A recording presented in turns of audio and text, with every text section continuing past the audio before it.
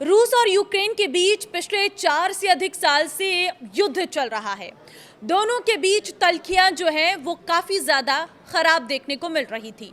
लेकिन अब अमेरिकी राष्ट्रपति डोनाल्ड ट्रंप ने एक बड़ी घोषणा की है।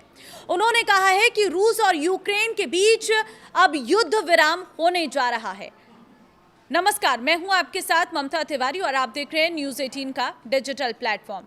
जिस दिन का इंतजार था रूस और यूक्रेन की जनता को, वो दिन अब बहुत करीब है, क्योंकि राष्ट्रपति ट्रंप ने एक बड़ी घोषणा की है। उन्होंने कहा है कि रूस और यूक्रेन के बीच 3 दिन का सीज फायर होगा। ये युद्ध विराम 9 मई, 10 मई, 11 मई तक लागू रहेगा। डोनाल्ड ट्रंप ने social media platform truth social पर लिखा कि उन्हें यह बताते हुए खुशी हो रही है कि दोनों देशों ने 3 दिन के सीज फायर पर सहमति जताई है।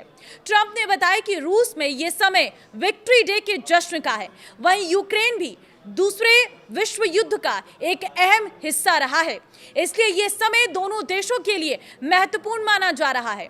उन्होंने कहा कि सीज फायर के दौरान सभी तरह की सैन्य गतिविधियों को रोका जाएगा और इसके साथ ही दोनों देशों के बीच 1000 कैदियों की अदला बदली भी की जाएगी। ट्रंप ने अपनी पोस्ट में कहा है कि यह अनुरोध उन्होंने खुद किया था और इसके लिए उन्होंने रूस के राष्ट्रपति व्लादिमीर पुतिन और यूक्रेन के राष्ट्रपति वोलोदिमीर ज़ेलेंस्की का धन्यवाद किया। उन्होंने उम्मीद जताई कि यह कदम लंबे समय से चल रहे इस खतरनाक युद्ध को खत्म करने की शुरुआत साबित हो सकता है।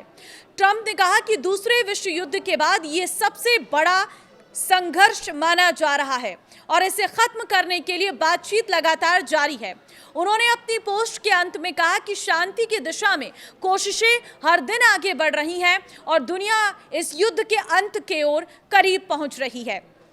यूक्रेन के प्रेसिडेंट वोलोदिमीर ज़ेलेंस्की ने शुक्रवार को कंफर्म किया कि 4 साल से अधिक पुराने युद्ध को खत्म करने के लिए बातचीत करने की यूएस की कोशिशों के तहत रूस के साथ 3 दिन का सीज फायर तय किया गया है। ज़ेलेंस्की ने टेलीग्राम पर यह भी कहा है कि दोनों पक्ष 1000 युद्ध बंदियों की अदला बदली करेंगे। ज़ेलेंस्की ने लिखा, इसलिए आज अमेरिकी पक्ष की मध्यस्थता से हो रही बातचीत के प्रोसेस के तहत हमें 1000 के बदले 1000 के फॉर्मेट में युद्ध बंदियों की अदला बदली करने के लिए रूस की सहमति मिली है। आपको बता दें कि रूस और यूक्रेन के बीच फरवरी 2022 से युद्ध चल रहा है। इस संघर्ष में हजारों लोगों की मौत हो चुकी है, जबकि लाखों लोग अपने घर छोड़ने को मजबूर हुए। ऐसे में 3 दिन के सीज फायर और कैदियों की अदला बदली को अंतर्राष्ट्रीय स्तर पर एक अहम घटना मानी जा रही है। यूक्रेन की बात करें तो रूस के आक्रमण के बाद पहले साल में यूक्रेन की अर्थव्यवस्था लगभग 1/3 सिकुड़ गई है।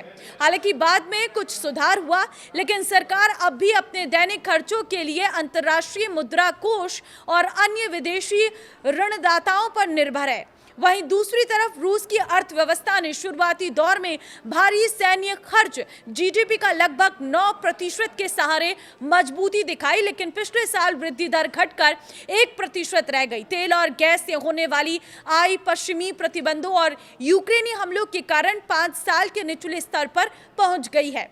ये सरकारी बजट का लगभग 1/4 हिस्सा है। ये युद्ध क्यों शुरू हुआ था, ये भी एक छोटी सी जानकारी आप ले लीजिए। ये युद्ध उस वक्त शुरू हुआ था जब यूक्रेन ने नेटो में शामिल होने की बात कही थी। 30 यूरोपीय और 2 अमेरिकी देशों वाले इस संगठन में यूक्रेन के शामिल होने का नतीजा होता ही अगर यूक्रेन पर हमला होता तो ये सारे देश उसके साथ खड़े होते। रूस की इच्छा थी कि यूक्रेन ऐसे किसी देश में शामिल ना हो। तमाम धमकियों के बावजूद जब यूक्रेन ने कोई लचीला रुख नहीं दिखाया, तब रूस ने कई इलाकों पर हमला कर दिया था। फिलहाल युद्ध विराम की वजह से बहुत सारी स्थितियां ठीक हो जाएंगी और इसी तरह से अगर युद्ध विराम जारी रहा तो दोनों देश अब धीरे धीरे अपनी जीडीपी बढ़ाएंगे और दोनों देश जो नुकसान झेल चुके हैं उसके लिए एक नई शुरुआत करेंगे। आपको क्या लगता है? कमेंट में अपनी राय जरूर दें। नमस्कार।